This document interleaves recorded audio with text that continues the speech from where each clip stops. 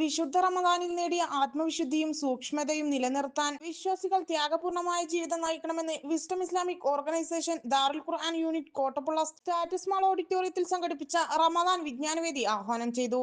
ആഘോഷങ്ങളിൽ അതിരുകടക്കാതിരിക്കാനും പ്രയാസം അനുഭവിക്കുന്ന സഹജീവികളോട് കരുണ കാണിക്കാനും റമദാനിന്റെ അവസാന നാളുകളിൽ വിശ്വാസി സമൂഹം പ്രത്യേക ശ്രദ്ധ ചെലുത്തണം.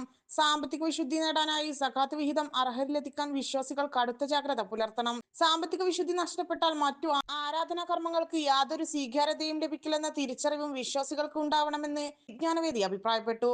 വിസ്ഡം ജില്ലാ സെക്രട്ടറി റഷീദ് കൊടക്കാട്ട് നന്മകൾ നിലനിർത്താൻ എന്ന വിഷയത്തിലും, ഷാഫി സൊബാഹി ജനനം, വിവാഹം, മരണം, കർമ്മശാസ്ത്ര കാഴ്ചപ്പാടിൽ എന്ന വിഷയത്തിലും, മൂസ സ്വലാഹി വിള്ളലുകൾ വീഴുന്ന വിശ്വാസം തിരുത്തേണ്ട ധാരണകൾ എന്ന വിഷയത്തിലും പ്രഭാഷണം നടത്തി. വിസ്ഡം എടത്തനാട്ടുകര മണ്ഡലം പ്രസിഡന്റ് വി ഉമ്മർ മാസ്റ്റർ അധ്യക്ഷത വഹിച്ചു.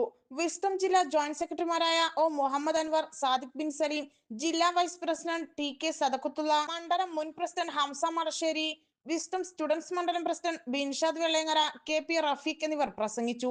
വിദ്യാർത്ഥികൾക്കായി സംഘടിപ്പിച്ച കളിച്ചങ്ങാടം ബാലസമ്മേളനത്തിന് നിവാസ് വളാഞ്ചേരി, അജ്വദ് ആലക്കൽ എന്നിവർ നേതൃത്വം നൽകി.